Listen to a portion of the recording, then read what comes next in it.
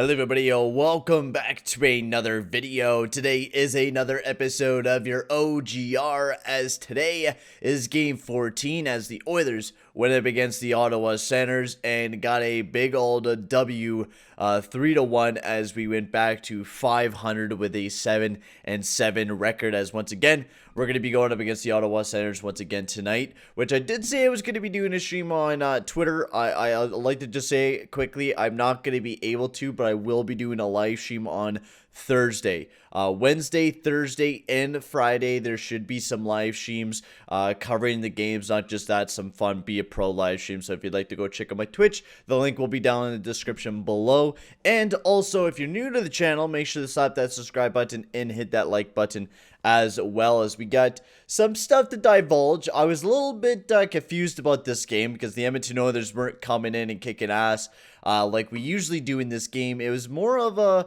I guess, a laid-back defensive game for the Edmonton Oilers. Now, yes, we did make a decent amount of defensive mistakes throughout this game, and some by Larson, some by Chris Russell, even some by the forwards and Yamamoto giving away the puck a couple times, which we definitely need to clean that up in our game, is the giveaways.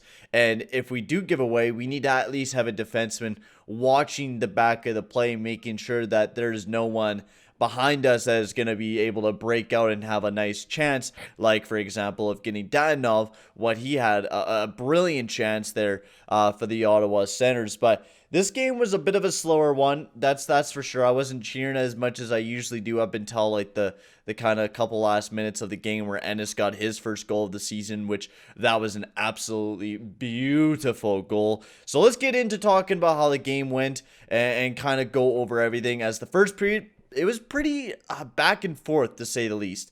It was a period that I wasn't very entertained by. I was actually kind of ticked off about because the Oilers weren't really coming out there and banging bodies. And the second period and the third period, no doubt about that, the Edmonton Oilers really brought in the pressure, and they were able to hem in the Ottawa Senators into their own zone, which is something I need to see against other teams like the Calgary Flames, which we did see against the Calgary Flames, but teams against Winnipeg, teams against like Montreal and Toronto, we need to see that kind of dominance where we dominate them in their own zone.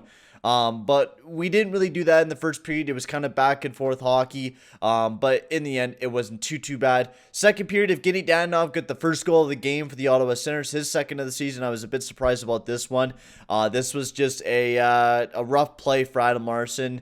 It's been practically the circle of his career this year, where he's just been making bad defensive mistakes. And this one, he practically shot it right in the back of his own goalie. Practically went bar down on Mike Smith.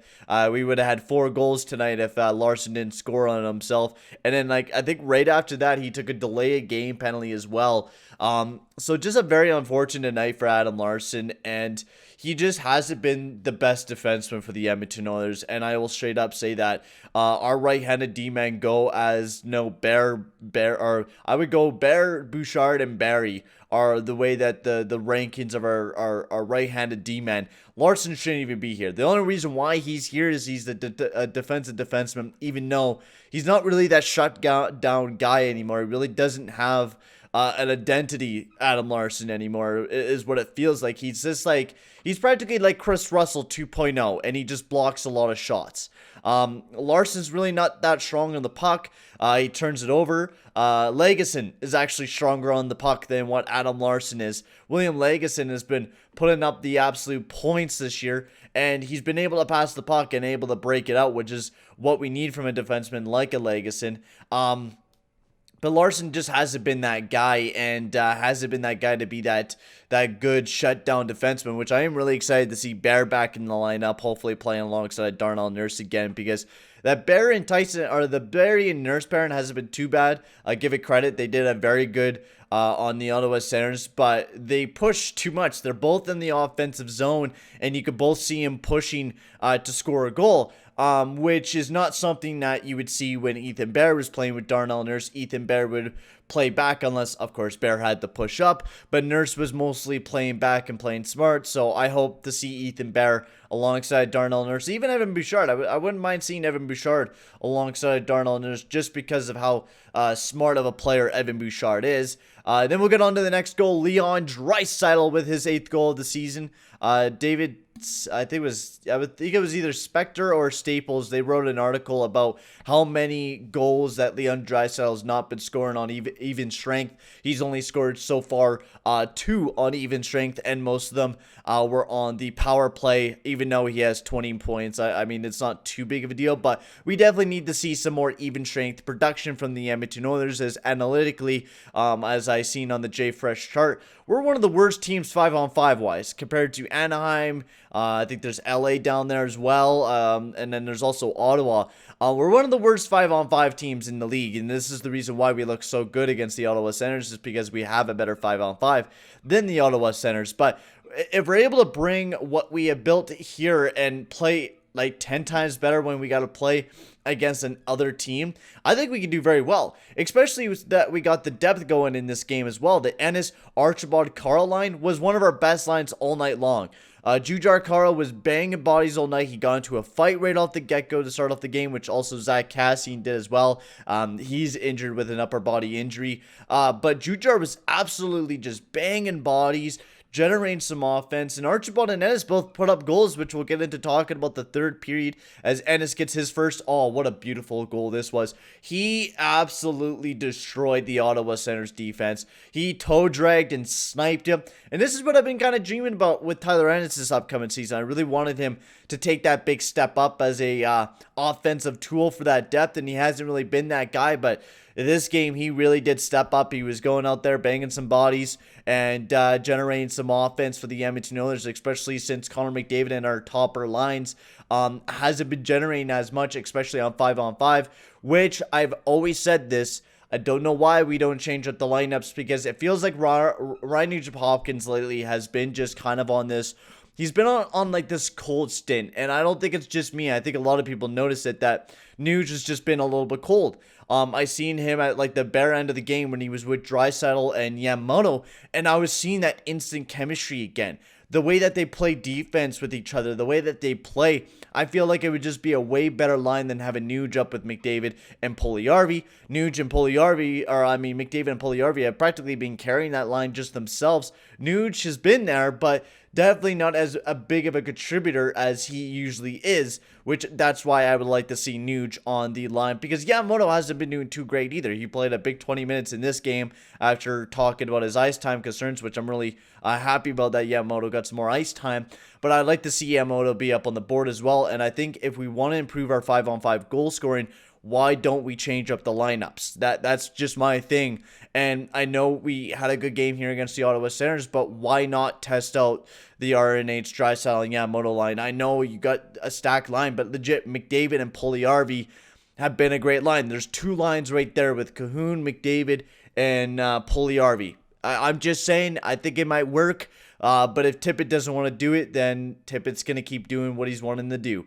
And then Archibald with the empty netter, assisted there by Connor McDavid. Really nice sportsmanship play by McDavid. Send up Archibald for his 3rd of the year. I mean, he deserved a goal without a doubt throughout this entire game. He was playing fantastic. Had a lot of heart to him, helping out Ennis get a big goal. Mike Smith also made his debut in this game, and I gotta say I was really happy with the way that Mike Smith played. The way that his body language was looking, it looks like he's in his best shape of his life right now. In my opinion, he looked really good. He was moving around a lot. He was playing really smart out there against the Ottawa Senators. Now we'll have to see what he actually does against a proper opponent when we do face the Winnipeg Jets on Thursday, I think. We'll have to see how well he does against that team. If he does play, of course, which I most likely think. I know Mika Koskinen starting the game tonight against the Ottawa Senators, so we'll have to see what's going to be happening moving forward with Mike Smith. But not too bad of a game. I really don't have nothing to complain about this game. I've been really happy with the way that the team has been playing. I don't know if we're going to be seeing Ethan Bear back in the lineup. I know we are missing now Ethan Bear. But I gotta say, it wasn't too bad. We really need Gaetan Haas back in the lineup instead of Kyle Turris as well. Kyle Turris, I love the guy. I loved him when he was playing in Ottawa. But man, every time he touches that fucking puck, the play dies. Shane Sandor on Twitter said that every time Turris legit touches that puck, the play absolutely dies, and I feel like Gaetan Haas would actually be a better third liner than what Kyle Turris is what Calaturris is, and why not try it out against the Ottawa Senators? I would not mind seeing it, especially since Gaetan Haas is a really good penalty killer. And also to note, we need to actually improve on our power play. Our power play has not changed at all in any of these games, and is still struggling as we went 0 for 4 in this game. So we definitely still need to work on the special teams, and Glenn Gulletson got to get his ass together, because this power play has been absolutely terrible, and we got to get bodies moving. I think playing Puljujärvi a bit more on the power play was really smart, 242, but we still need to generate. I guess they listened to me playing a little bit more Puljujärvi on the power play, which I was happy to see that, but we got to move a bit more. We got to generate some more. We got to make smarter passes. We got to get our bodies moving. Is the biggest thing we got to get moving. Nothing's going to come easy to us, and that's the biggest thing. We're going to have to work for every goal that we score. So I think I'm going to end the video here, guys, though. That is basically all I need to cover, as we got another game tonight against the Ottawa Senators. Sadly, I will not be streaming, as my girlfriend is going to be coming over to the place tonight, so I like to hang out with her while I'm watching the game and watch some movies. So I'm going to end things here, guys. Thank you very much for watching. Make sure to like and subscribe, and I'll see you guys all in the next video. Adios, amigos.